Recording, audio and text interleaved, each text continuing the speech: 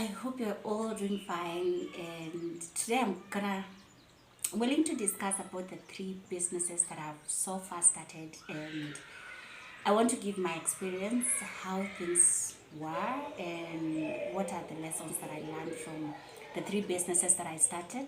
The first business that I started is the taxi business. I did the taxi business. I got someone put out there, started it. But I realized you also have, I think every business also rotates about getting the right person. The right person will make your business thrive or just kill it.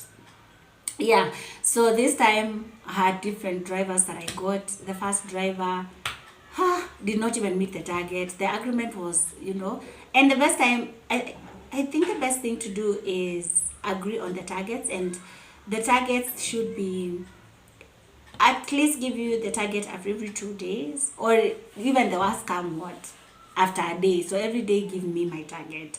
You agree, if today you're supposed to give me 3,000 per day, then let it be 3,000 per day.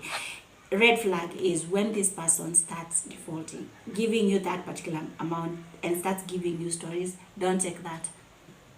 That will not work.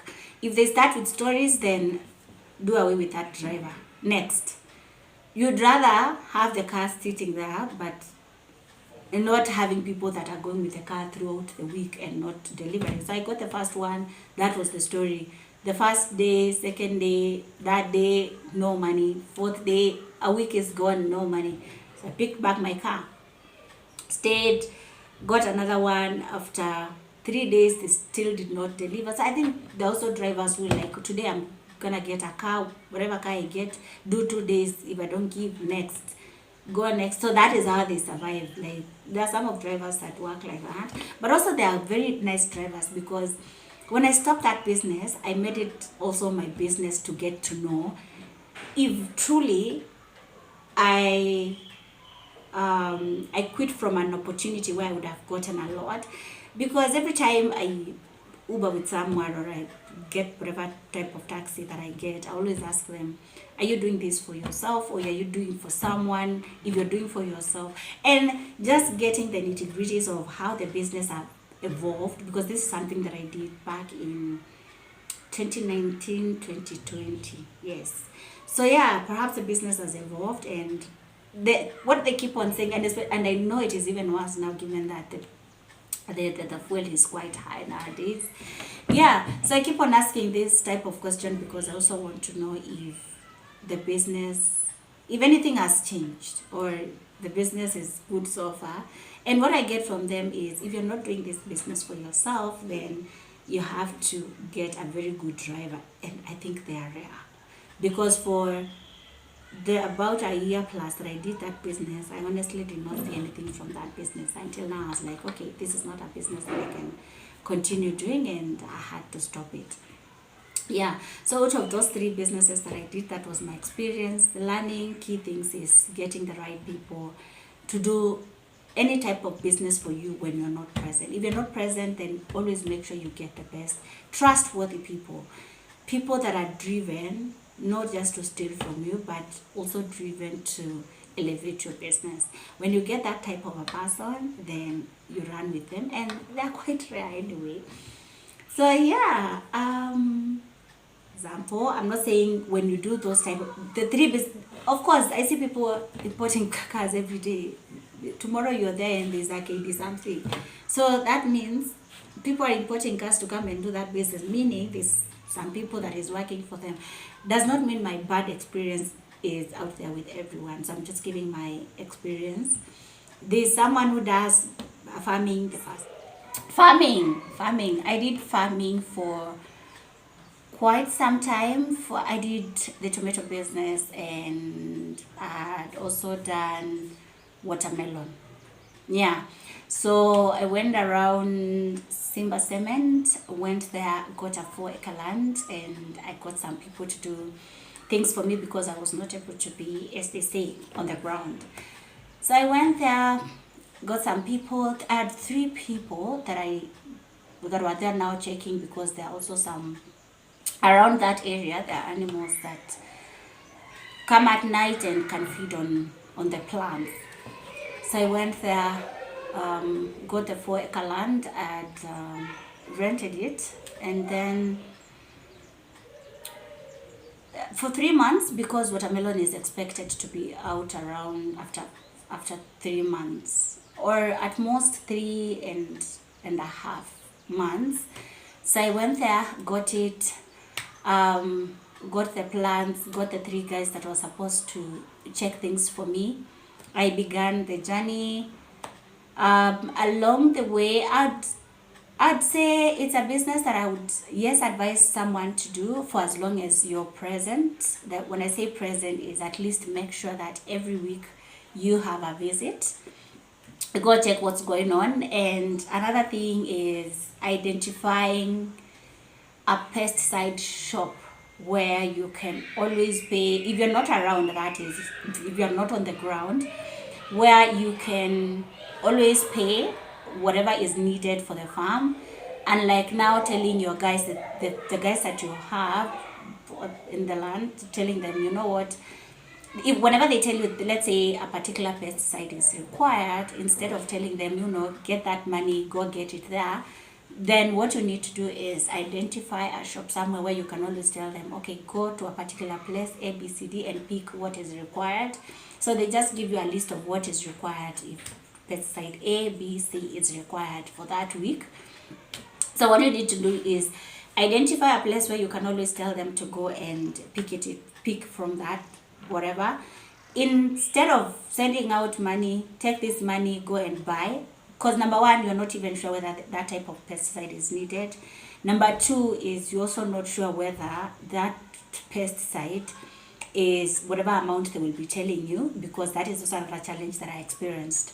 I went out there, and the guys used to tell me, you know what, this is needed, and of course I definitely did not know how much they cost, and I had not identified a place where I could pay, and you know, they could go and pick from there.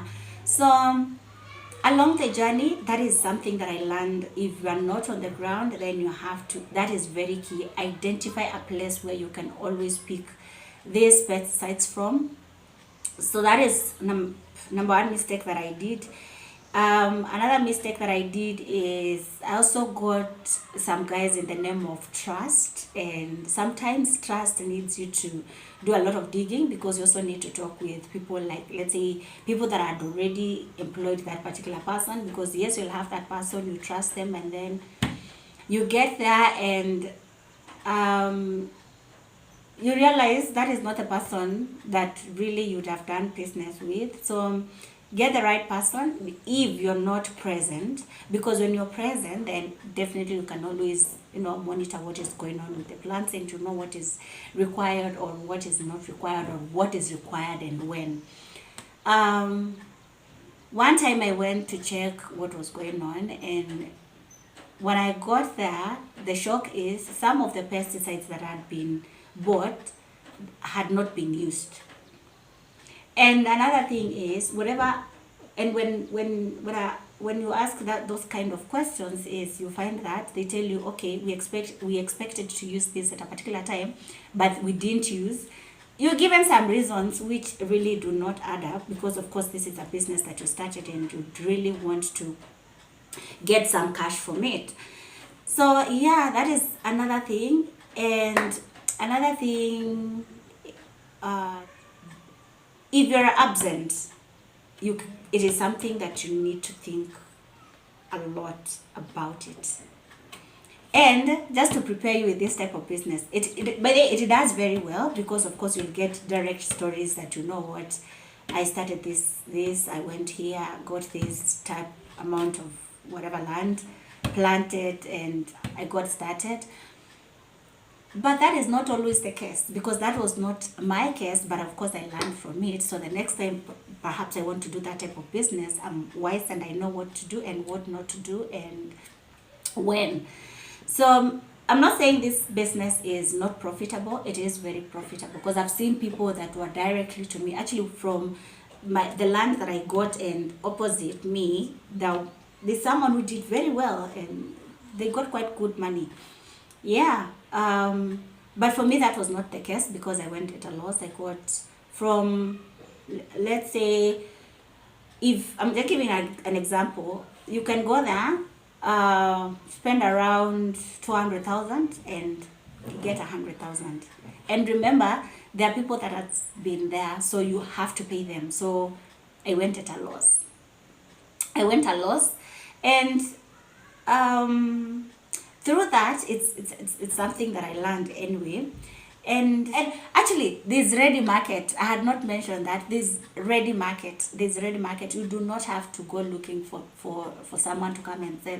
So you see people strolling around with lorries looking for watermelon to come and buy. So this ready market, you don't go look for market, and they come with their mkono people. So you do not even have to go looking for people to come and pay them to harvest the watermelon. No, there are these ready markets and they always come with their people. So what you need to do is actually just sit, they harvest what they need to harvest, do the weighing, and they give you your money, and you go.